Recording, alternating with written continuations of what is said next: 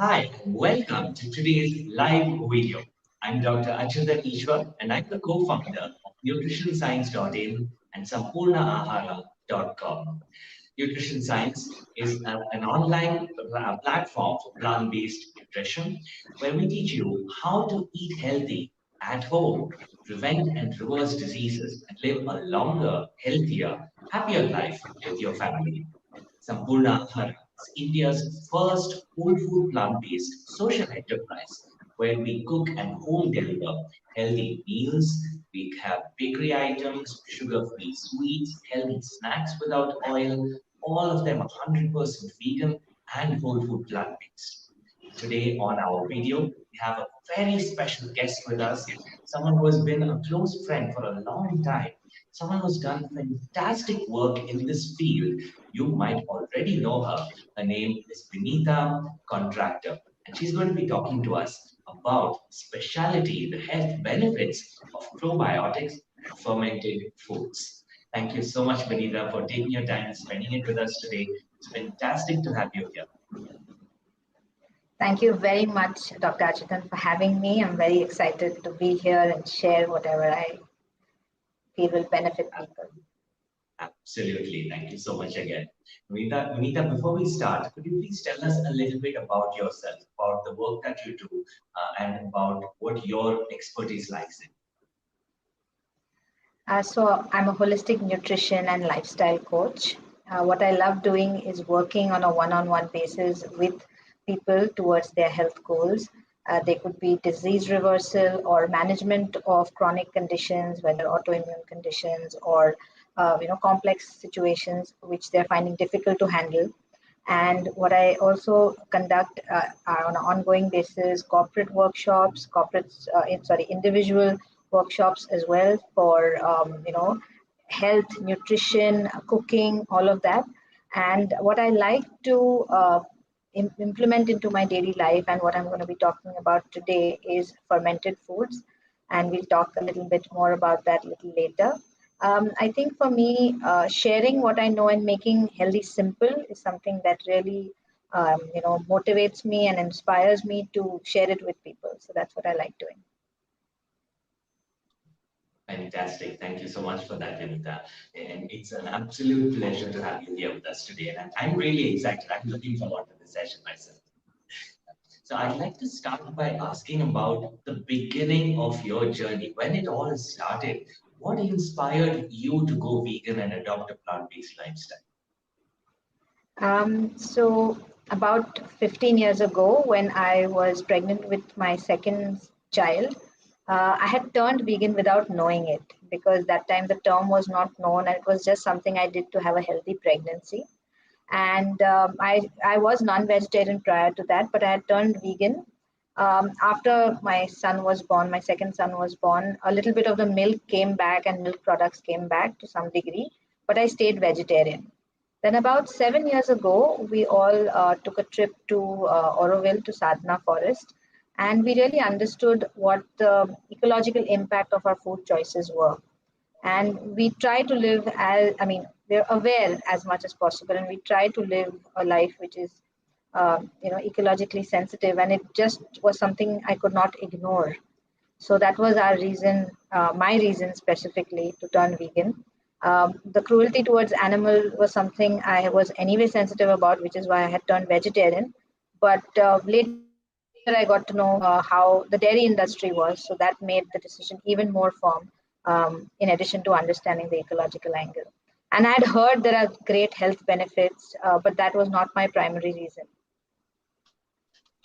Wow, you've certainly gone a long way from adopting a less cruel lifestyle, more compassionate lifestyle, and brought it full circle down to now teaching people how to get healthier and stay healthy.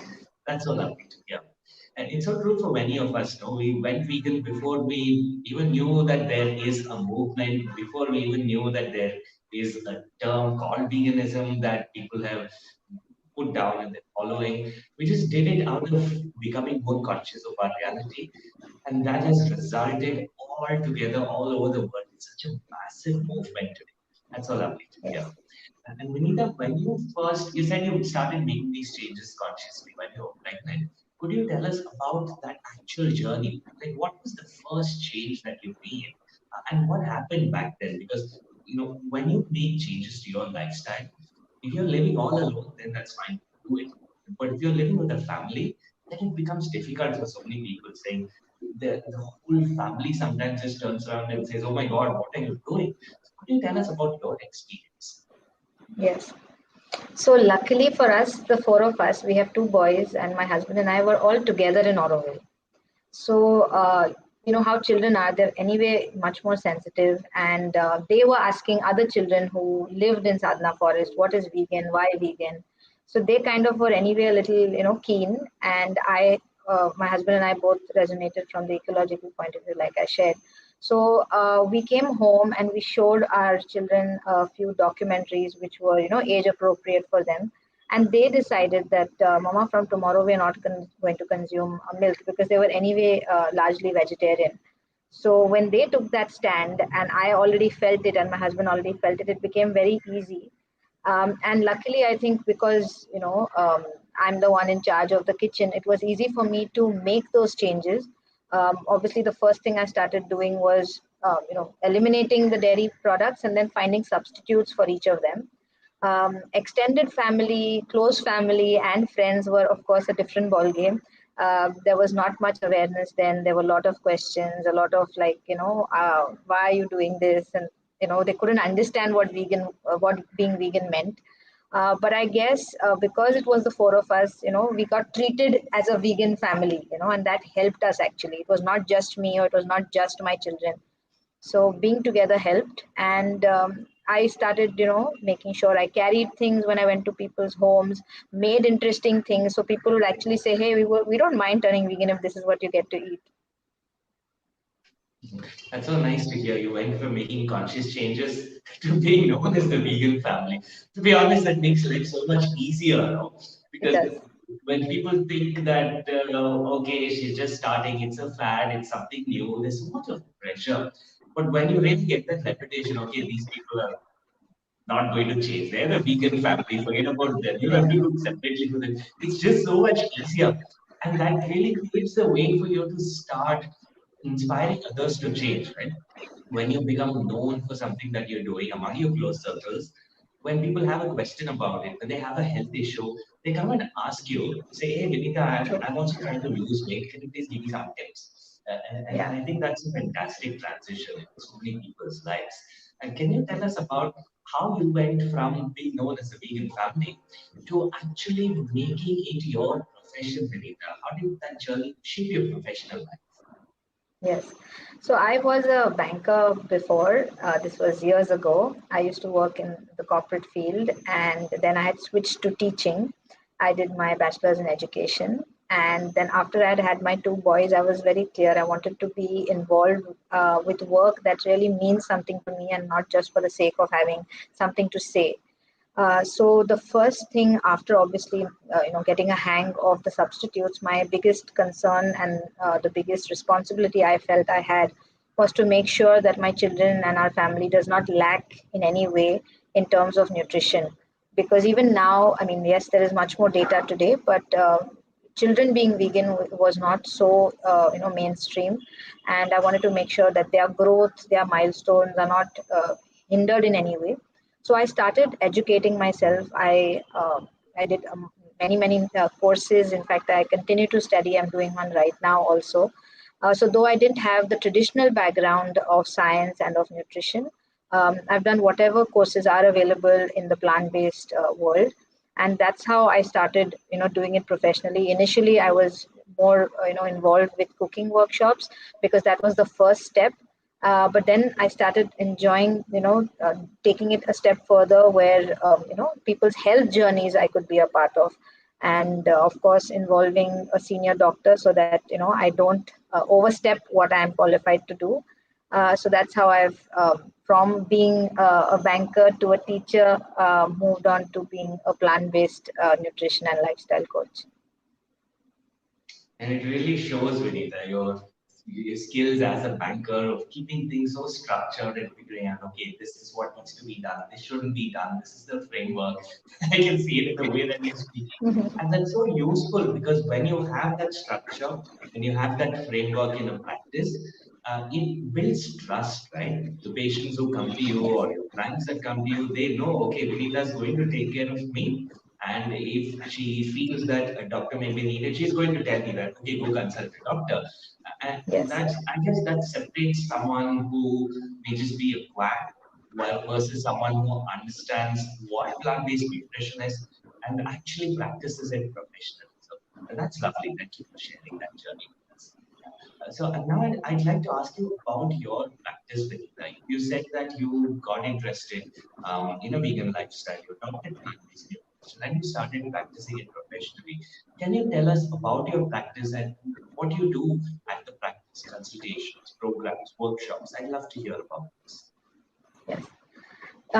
So like I mentioned earlier, I have clients who come to me for various health conditions or with their health goals that they've already decided.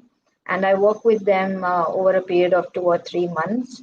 Once they've, decided that they want to work with me, I give them an initial call. We see whether, we're meant to work together. And then over a period of 2 3 months, we work towards the health goals. And that's what I primarily do. I have, I've conducted more than 200 workshops, most of them in person. And of course, during the 2 years of COVID, did a lot of online sessions as well. So even before COVID hit us, I had come up with 2 e-learning courses so that more people could, learn from what I had to share, even if they were not in the same city or if they were not able to make it on a given day. So I have two courses. One is Everyday Dairy-Free Delights, and the other one is Fun with Fermented Foods. And I keep having monthly workshops. So I have juice cleanses, sugar detox, raw breakfast challenge. I like creating new workshops. It keeps me happy, and I think people who do them enjoy it as well. So these are the main three things that I do. And I have frequent corporate workshops where I, conduct it for a company level. And it's interesting that being plant-based has never come in the way, even when it came to open platforms like corporates. Lovely. It's so interesting to hear so many different things that you do right now, Anita. And that one thing that you said about fermented foods, that's something that has a lot of misconceptions. There's a lot of half understood knowledge. A lot of people who have a completely wrong idea, lots of myths about it. So I'm very happy to be speaking with you about that topic today. Can you tell us about your journey in fermented foods? What got you interested in that space? I'm curious. Yes. So as vegans or even otherwise, frankly, I've had enough non-vegetarian clients coming to me with low B12 levels.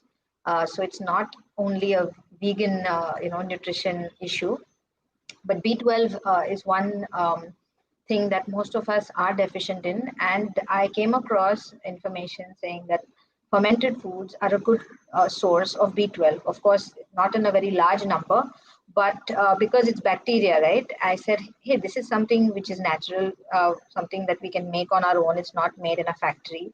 You can be fully aware of what goes into it. And I felt that as a family, if we started getting used to the flavor of these fermented foods at an early age, especially for my children, they would be, more open to it.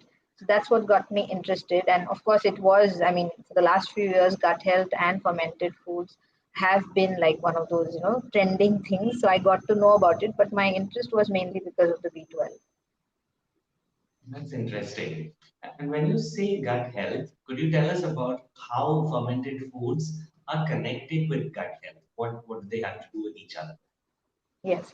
So today we know gut health is connected to just about everything, not just our digestive system or not just our digestion, constipation, or gut related issues, but right from our tendency to get chronic diseases to our immunity, our mental health, even things like dementia and Parkinson's, everything is connected to our gut because, there's our gut doesn't just reside in our stomach area. It starts right from our mouth and goes down to our anus. So each system has its own microbiome. And the reason fermented foods are considered important. Now let's understand that it's not that only by eating fermented foods your gut health is going to be optimal. There are many other factors to have great gut health, which is obviously first and foremost having a clean diet, having less stress. There's so many other factors as well. But what fermented foods do is they get the gut friendly bacteria, which is our probiotic bacteria, into our gut. It helps them to get populated in our gut, and thereby our beneficial bacteria, which are obviously good for us, that they tend to multiply or at least be in abundance.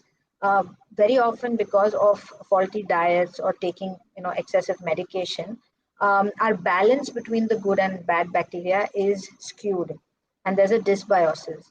So fermented foods, in addition to a whole lot of other lifestyle and dietary changes, help to get the probiotics into our system. Hmm.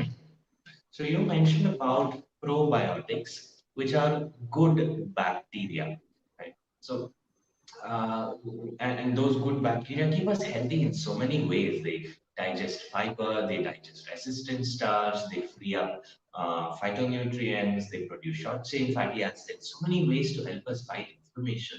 Can you tell us a little more about how we can get these good bacteria into our system from natural sources? And then we'll also talk about prebiotics as a way to preserve them, preserve the ones that are already there. Yes, so per se, if you see in nature, probiotics don't really exist. Like you can't pick up a berry and say, hey, I got probiotics. Or you can't pick up mud and say, oh, they have bacteria, or soil has mud, so has bacteria, so let me have it. It's usually found in ancient times, whether it was bread, whether it was milk left over and curdling and becoming dahi, etc. That's how probiotics got into our system. It's interesting to note that our first set of the healthy bacteria come to us from our mother. And that is why these two factors determine our immunity as well as our first exposure to good bacteria is whether you were born, through a C-section or, vaginal birth. And second, whether you were breastfed or formula fed. This is what forms the first layer, so to speak, of our gut microbiome. And after that, as a foundation, you can get it through foods which are fermented, which we will talk about. There are many kinds, and um, all indigenous and native cultures.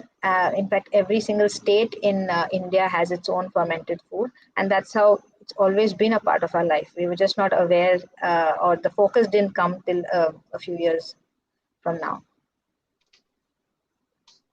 Wonderful. There's so many layers, so much of depth to our traditions and our culture. You hear about, yes, breastfeeding is more important for so many reasons, but this is one reason that we didn't know about until recently. If you're born naturally rather than through a surgery, and if you are fed naturally rather than through processed foods, you actually get a healthier gut microbiome. And that can help you to prevent so many diseases for that child when the child grows up. That's so fantastic. Can you Yeah. also tell us about, let's say now we've got this, good culture going. We have children that are growing up, eating a healthy diet. Now we want to preserve these bacteria in the intestine. We want to support them, help them grow, and keep them healthy. Can you tell us a little more about prebiotics and why they're important and how they support the bacteria that already exist in our intestines? So very simply, prebiotics are food for the probiotics. So imagine we have, just to name a number, say 100 beneficial bacteria. Now, as we keep eating more and more food, these bacteria multiply. So what we eat, from that, the fiber is what the beneficial bacteria like to eat, like to consume. That is their food. So prebiotics is basically food for the beneficial bacteria. And when you eat whole food, plant-based food, anyway you're eating fiber-rich food. So your skins of organic fruits and vegetables, the ones that are supposed to be eaten, your whole grains, nuts, seeds, sprouts. Specifically, you don't really need to even worry that, oh, I need to eat my prebiotics if you're eating a diet which is rich in all this. But when you don't eat a diet rich in these natural foods which are fiber rich, then people tend to resort to saying, oh, I need to eat prebiotics. But if you're eating well, you don't need to really focus separately. So great sources of prebiotics would be things like raw bananas, sweet potato, garlic, onion. There are lots more, but easy way to remember would be fiber rich food. Whether it's soluble or insoluble, fiber is all great for the probiotic bacteria as they are food. Fantastic. It makes it so simple. When you eat a whole food plant-based diet, pretty much 100% of your food, everything Yes. has prebiotics that can keep your gut microbiome healthy. So In lovely. fact, I just Lovely. want to add that sometimes, if you've heard this or somebody listens to this video and decides, oh, from tomorrow I'm really going to make a change because my gut is bad and I need to eat, fiber rich food. Suddenly, if you increase your fiber intake to 3x or 4x, your bacteria is not ready for that much, because if you're feeding, if you were feeding 50 till yesterday, suddenly if you eat food worth for 1,000 bacteria, you're going to have bloating. You're going to not, they're not going to eat that much. So it has to be done gradually, and that is why it's important to be mindful when we eat sugar, when we eat refined foods. The bacteria that like those foods, they tend to thrive and they tend to overgrow. So things like H. pylori or Candida are known to us only when they are in highlighted, or when they are at a higher level. But actually all of us have these bacteria, families of bacteria. It's only when the number goes higher than what the ratio should be that they become an infestation or a problem. So it's literally, when you crave sugar, it's your bacteria craving that sugar. That's a nice way of putting it. I'm sure that's left an image in everyone's minds of watching this video. Yeah. And that makes a lot of sense, Vinita, because earlier, if you go back a few hundred generations, right, there was no probiotic capsules, there were no probiotic supplements. Right? And when you eat a healthier diet, if it means that you get all the prebiotics you want and your gut bacteria stay healthy, that makes so much sense, because yes, that's how it might have been at that time. And but today we no longer live a natural lifestyle. We don't live in the forest. We live in a city, right? And there may be situations and circumstances when you need to supplement probiotics, let's say, for example. Can you tell us about what are those situations? When are probiotics actually required? Yeah. So for some unfortunate event, if you had to be on antibiotics, on a round of antibiotics, it might be a bit shocking for you to know that it can affect your gut from up to 2 months to 2 years, one round of antibiotics. So if that has been the case and your digestion gets affected after that course, then your probiotics could be needed. If the gut is in a bad shape, if there's a leaky gut situation or some other gut issue, probiotics may be needed, but these should be taken only when prescribed by a qualified nutritionist or by a doctor, because based on the conditions, um, based on the patient's condition, the right kind of probiotic needs to be prescribed, because some are more complex, some are smaller number of families. So depending on what the person can handle at that time and what condition he or she is in, a probiotic should be recommended. It cannot be a one size fits all, and it cannot definitely be, just taken off the shelf without any knowledge about which ones should be used. Mhm. Okay, so let's say that you're listening to all of this, and now you're worrying about, oh, I don't really feel like this is something I want to do. I don't even want to get into that situation. And can you share us like the top 5 tips to avoid getting into a situation where probiotics are required? Yes.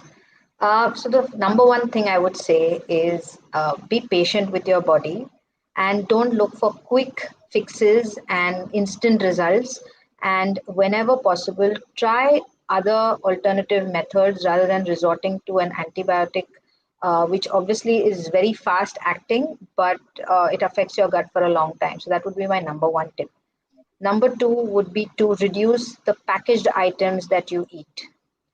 from a packet, because they contain synthesizers, emulsifiers, preservatives, and those don't do our gut any good. The third, I would say, is to reduce eating refined foods. So, refined flours, refined sugar, anything where the fiber has been stripped off and it's more refined and processed. If you can avoid that or reduce that, that will greatly help you. The number fourth thing I would say is eat more organic food, because those pesticides in the food also affect your gut. So if you eat clean, there's less damage done to the good bacteria and your gut lining in the first place. And third, I would say, reduce your stress. See if you can get more connected with the soil, to grounding. And I know I'm saying this at a very ironic time, but hand sanitizers have been also a big culprit in our gut getting affected, because very often we use the hand sanitizer and we forget to wash our hands after that, and we eat straight after that, and the chemicals which are in the hand sanitizers get into our system and affect our gut lining. So it's like a double-edged sword at times. Need Yeah, to be just careful. use soap and water instead of hand sanitizers whenever you Best way to can. go. Yeah, fantastic. Now, there are a lot of fermented foods that you talked about, Vinita, which are a part of our culture, right? But some foods are mistakenly identified as probiotic food. There's a difference, right, between fermented foods and probiotic foods. So, can you tell us about, like, say, idli or dosa or bread, which is typically considered like, okay, this is fermented, so this is probiotic, it's good for me to eat. Can you tell us why may not actually be a good example of a probiotic food? Yes, so in our country, there are two kinds of fermented foods actually. One, the kind that you mentioned, there's idli, dosa, there's also dhokla, there's handvo, there's a lot of other dishes from each region, where basically because of soaking the grain and then grinding it and leaving it to ferment overnight, the digestion of those cooked items becomes easier, because half the work is already done by the bacteria before it enters your system. So, if you ask me, are they great foods to eat? Are they healthy foods to eat? Absolutely. They should be in our diet like they've always been. They are easier to digest because, like I said, they're somewhat pre digested.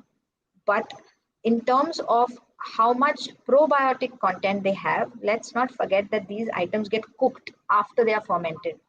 So idli would be steamed, so it would still retain some of the good bacteria. But a dosa or something which is straight on the heat, a lot of the beneficial bacteria do not survive the cooking process.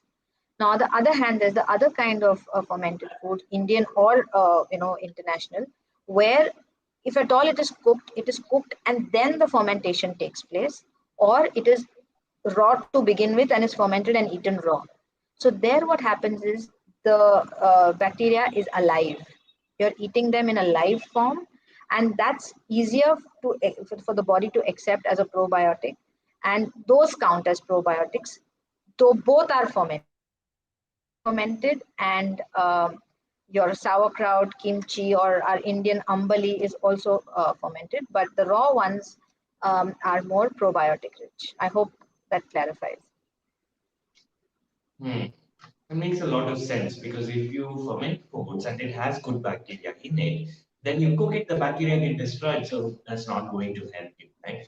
But if it's made from whole plant foods, it's still a healthy food to eat. So thank you for sharing that and clearing that up. And I have another question about fermented vegetables. So, like the double-edged sword example that we were discussing, fermented vegetables are Dr. Achyuthan, can I interrupt you?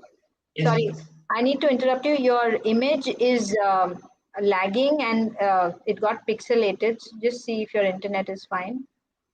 I see. Does it look better Your now? image is freezing. You're frozen. Does it look It's better there's a now? lag. No, Okay, you're give still me a minute. frozen.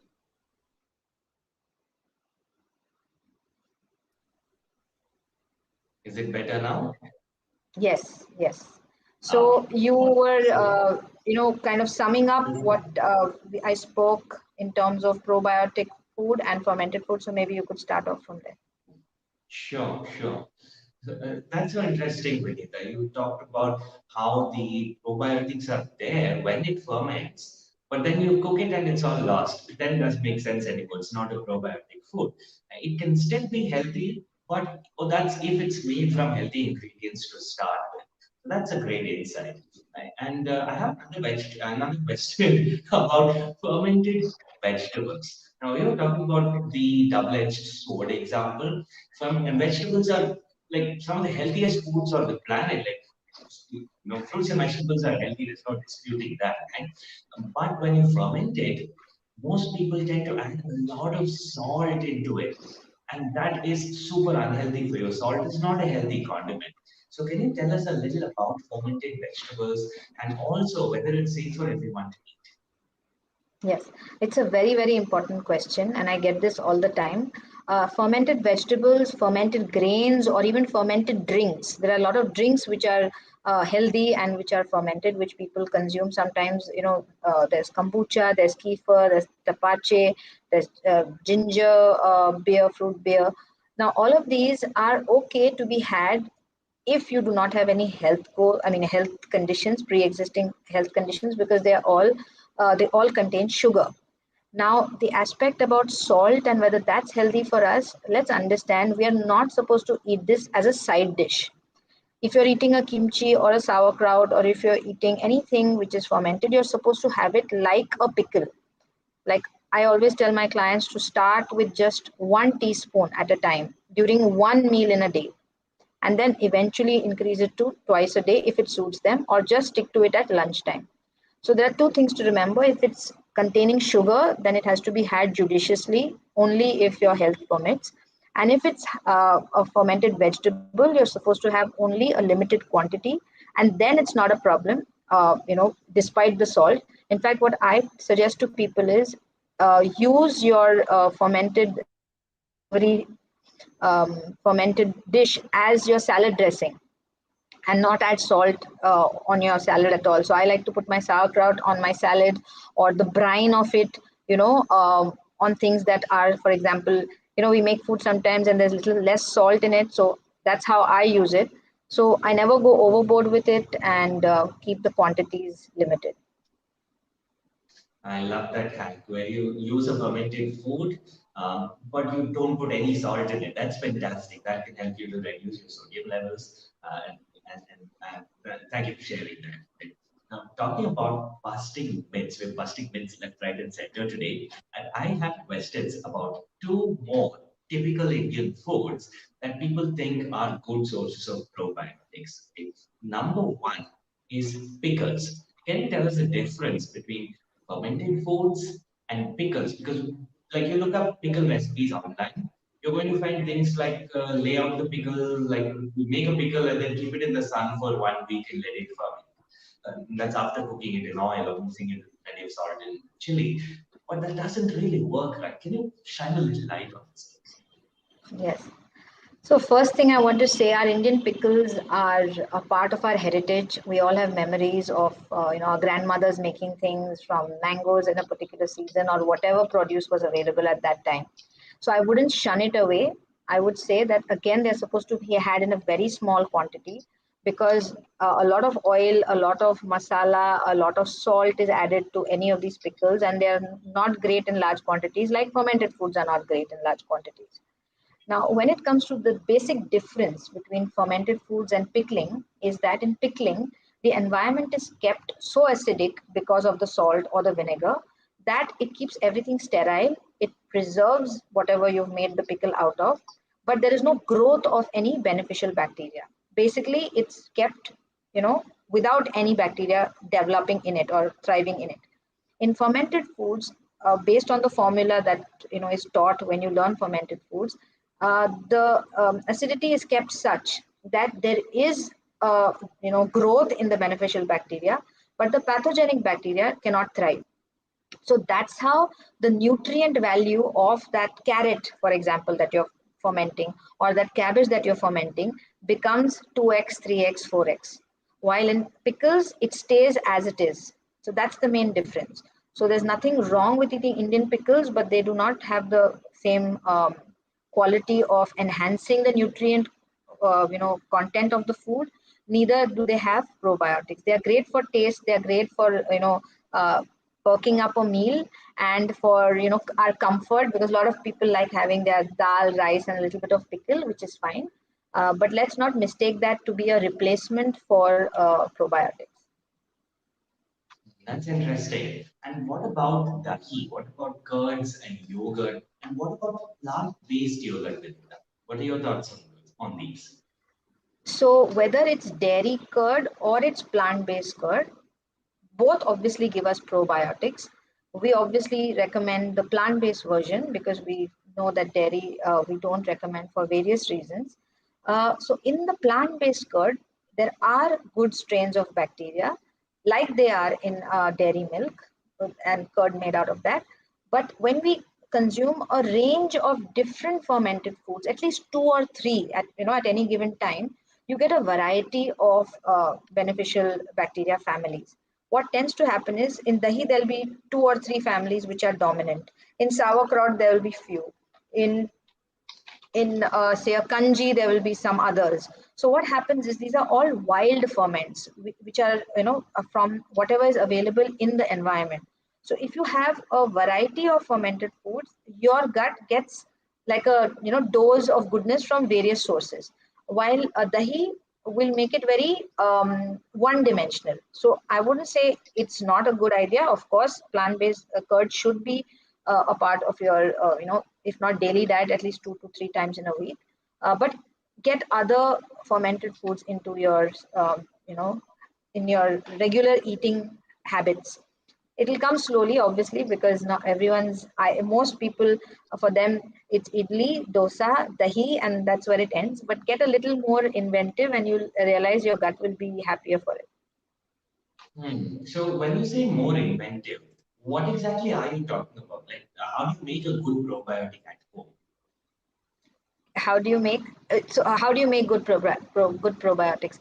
So I still call them fermented foods. I don't go technical with calling them probiotics because it sounds like a doctor prescription. It doesn't sound like food. So what I like to, if I open my fridge right now, there will be at least three ferments in my fridge. So usually there will be sauerkraut. Right now, I also have mukhalal in my fridge. If I get any fresh produce, like in winter, I get green peppers, which are the whole black peppers before they become black. So anything that I want to preserve, I will ferment them and keep them in my fridge so I can enjoy them with a little bit more nutrition in them. So these are the ones that I would talk about. And then kanji is our North Indian drink, which many people in India do consume. Then there's ambali, which people in the south consume. So items like this. Okay, that's interesting. And what about probiotic supplements? Sometimes, yes, you can make probiotics at home. If you keep them in your fridge, you can have them.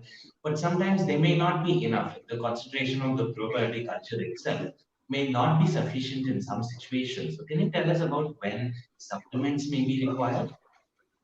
Yeah, I think we discussed that a bit earlier. It would be when someone's ailing from a severe a severe gut condition, or when their stomach has, or their digestive system has gone for a complete toss after taking one or two courses of antibiotics. That's when you do need probiotics just for some time, because let's understand that sauerkraut, kanji, kimchi, any of these wild ferments, you don't know what colonies of bacteria are going and how much.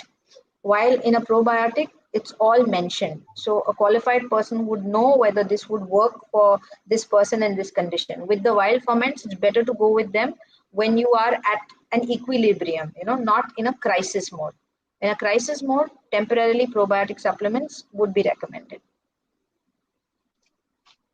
That's so interesting, and that's so much of information that you've shared here, Vinita. Thank you so much. I think we've busted a lot of myths. We've given a lot of thoughts to think about, a lot of food for thought. fermented food for thought. Yeah, and I'm sure watching this video has got so many people interested and curious in learning more about this. So, if someone wants to learn about fermented foods, can you tell us how can they get in touch with you to learn about it? Yes, I do want to add something that people might just say, oh, you know what, like, why go through the bother of making things? Let me just continue being on probiotic supplements, you know. Again, I would say something that is created, in a based from chemicals is fine for, like I said, for like emergency situations, or for when you're in a crisis mode. But there are people who take probiotics like they take their daily supplements for life. So that's something that I wouldn't ever recommend anyone to do. If anyone who's watching is doing that, I'd like you to revisit your doctor and get a sense of, whether you could stop them and then move on to more natural sources of probiotics. So if you wanted to learn how to make fermented foods, I have a pretty comprehensive course on fermented foods. Like I mentioned earlier, fun with fermented foods. I teach about 13 fermented foods and drinks, which can be, served socially, which children also can have. There are dips in it. And there are 2 or 3 bonus recipes which you get from the everyday dairy-free delights course, which would be the plant-based dahi, the plant-based cheese, and I think another recipe which I can't remember right now. But you could learn all of that with live, the videos that are short. Each recipe is mentioned, the equipment needed for each is mentioned, troubleshooting guide, what to watch out for, there's support available if you're stuck at any stage. So that's where you can learn it from. Yeah, those are all the pictures. And you can take the course anytime. You have access at your disposal. You can learn all of those items. Wonderful. Seems quite comprehensive, Vinita. So many things are Thank you. Yeah, I included. think I've tried to keep it simple so that people who have no knowledge or no real professional setup can also learn. And other than a couple of recipes, most do not require a starter culture. You can just start without any, without Lovely. purchasing anything. Lovely. That makes it simple to do at home. Yeah. Again, and I also see there's an upcoming workshop here, the 7-day raw Yes, breakfast challenge. Can you tell us yes, about yes. that? Yes, sure, I'd love to. So, as a personal preference, I prefer to have a raw breakfast. Having said that, there's nothing wrong with having a cooked breakfast as long as you've got your daily, goodness coming in from the fruits and the vegetables and the greens. So, many people feel sluggish after eating their carbohydrate rich breakfast, or they feel a sugar craving, or they're feeling heavy, not so energetic. So, I decided to have this program on an ongoing basis where people take a challenge for 7 days to eat only raw till about 12 and then move on to a cooked lunch, after their breakfast. So it's a community based program where we all do it together. We share what we're eating, and every day there's a focus on a new aspect, and there are prizes every day, and it's good fun. Oh, it sounds exciting. You made it fun. Yes. Fantastic. And Vinita, if someone wants to get in touch with you for a consultation, say they have a health issue and they're looking for someone to coach them through it and get out of it, can they get in Yeah. touch with you here on the coaching page? Yes. So my contact details are on the website that you're sharing right now. And in the coaching section, all the various options are mentioned. What is the kind of, what blood tests are required? What is the process is all mentioned here. And of course, I'm happy to give a free discovery call for people to just, have a word with me, find out if we can, if we gel well and if we can work together towards their health goals. So I'm happy to speak to anyone who's interested, um, just to touch base and see whether we can work together. Great, fantastic. Yeah, thank you for sharing all these details. It was super interesting, and I hope everyone joins it. I'm sure they will. Now, is there anything that you'd like to add, Vinita? Anything that we missed speaking about, or something that you'd like to share more details about? I would just say, I can see a lot of extreme kind of yo-yoing happening. People jump from one trend to another trend. They take advice from different people and patch it all up and end up really not benefiting from anything. I think it's important to make small changes gradually, whatever they may be. Not go in, like dive in and then kind of question where did I land up. There are no quick fixes. Anything worth it takes time, takes patience, takes nurturing. So when you're dealing with your body or your mind, just understand that we are living in a very fast-paced life, but our bodies haven't changed. Dahi cannot be made overnight. Health cannot be created overnight. So you just need to give it time. Lovely. Thank you so much, Vinita, for sharing this fantastic knowledge and wisdom with us today. I see so much of information that you're just waiting to share with everyone. And I hope that your course, Fun with Fermented Foods, it's totally full. And we're going to have people coming and saying, when is the next one coming? I want to join. Yeah. Yeah, Thank so you best so part much. is there is no next one. It's anytime, Wow. whenever you want. And what I realized I meant to say is, like, you can't have dahi in 5 minutes ready. It takes that 8 to 10 hours or 12 hours depending on where you are. So you can't have dahi in the next instant, and that's what I mean for health as well. Absolutely. And that's a lovely metaphor. Thank you so much for spending your time with us today. It was fantastic speaking with you and lovely catching up with you after a long time. And I will look Yes. forward to having you back with us soon, speaking more about this, speaking more about how people can overcome other health issues, make healthy simple with you, Anita. Thanks again for Thank taking you. the And time. I wish you all the best in all the amazing work that you and your team do. It's great that it's beyond just working for oneself, and to do it as a social enterprise, and stick to your ethos, stick to your values, and make an impact. And getting people like me and many other people that you interview just because you want to share and spread the word. So thank you for that. Absolutely. Thank you so much for your kind words and support. And thank you for your time. It's lovely speaking. Thank you. All the best. And, and thank you so much for joining us here on this live video today and watching it. I hope you found it useful. I hope you found it inspiring. If you'd like to get in touch with my friend Vinita Contractor, you can find her contact details in the description of this video. So you can just scroll down, click on her website, her email ID is there, phone number is there. Feel free, you can get in touch with her and she'll be happy to help. If you have any questions about this video, please feel free to post it in the comments and we'll try to ask her and give you a reply. And you can also find links to our websites, nutritionscience.in and sampurnahara.com in the description as well. So if you're looking to learn about whole food plant-based nutrition and change your entire diet, there's a fantastic bunch of courses. There's a free course with more than 200 recipes. It's a Kickstart course on nutritionscience.in. We also have a plant-based diet masterclass that's helped hundreds of people to successfully change their diet to a 100% healthy diet. And Sampurna Ahara has meal deliveries that makes it super simple to eat healthy. All you need to do is eat the food that comes home.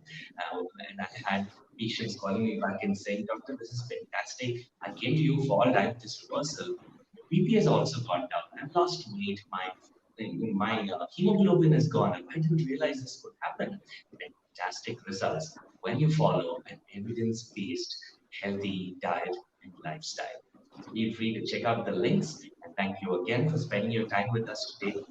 I hope you enjoyed this talk with Vinita Contractor, and I will look forward to having you back tomorrow, speaking with you on our next live video. I'm Dr. Achyuthan. I hope you have a great day ahead. Thanks again. Be blessed.